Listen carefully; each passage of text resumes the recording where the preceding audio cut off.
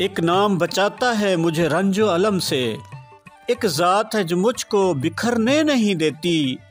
اب کوئی بچائے نہ بچائے مجھے ناصر، ایک نعت یہ سرکار کی مرنے نہیں دیتی۔ ہفتہ وار یوٹیوب پروگرام روح وٹڑی کے ساتھ آپ کا ساتھی، آپ کا میزبان ایاز صابر بلوچ آپ کی خدمت میں حاضر اور سلام عرض کرتا ہے، اس امید چاہت اور یقین کے ساتھ کہ آپ جہاں ہوں گے خوش ہوں گے، شاد اور آباد ہوں گے۔ آج کلام حضرت سلطان بہو سے انتخاب کے جے کر دین علم وچ ہوندا، جے کر دین علم وچ ہوندا تاں سر نیزے کیوں چڑھدے ہو، اگر دین محض علم حاصل کرنے میں ہوتا تو پھر کربلا کے میدان میں اہل بیت کے سر نیزوں پر نہ چڑھتے۔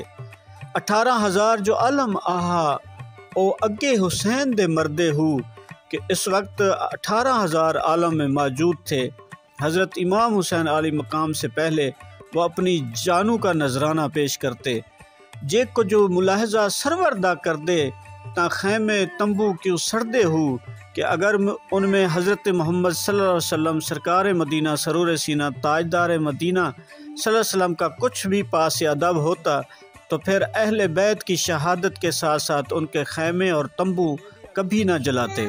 جے کر مندے بیت رسولی تا پانی کیوں بند کر دے ہو، کہ اگر وہ آپ سرکار مدینہ کی بیت کو تسلیم کرتے اور آپ کی سنت پہ عمل کرتے تو کبھی بھی اہل بیت کا پانی ہرگز بند نہ کرتے۔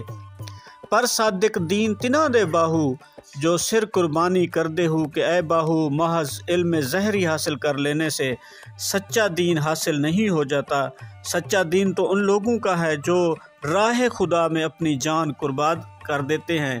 اور سرکار مدینہ کی سنت پہ عمل کرتے ہوئے ہمیشہ صبر اور عقل سے کام لیتے ہیں۔ آج کی اچھی بات میں کہ سراپا خیر ہی خیر ہے انسان، ابتدائے پیدائش سے لے کر انتہائی عمر تک گناہوں سے پاک رہنا یہ فرشتوں کا کام،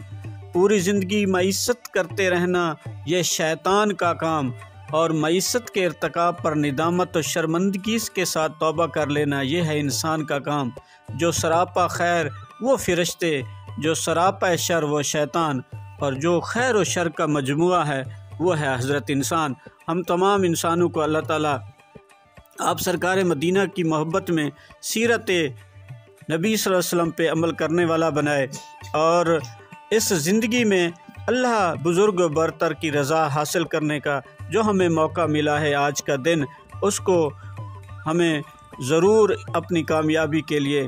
عمل کرتے رہنا چاہیے۔ اس دعا اور یقین کے ساتھ کہ اللہ تعالیٰ آپ کا میرا حامی و ناصر ہو، صحت کی بادشاہی، ایمان کی سلامتی ہم سب کا مقدر ہو۔ پاکستان پائندہ۔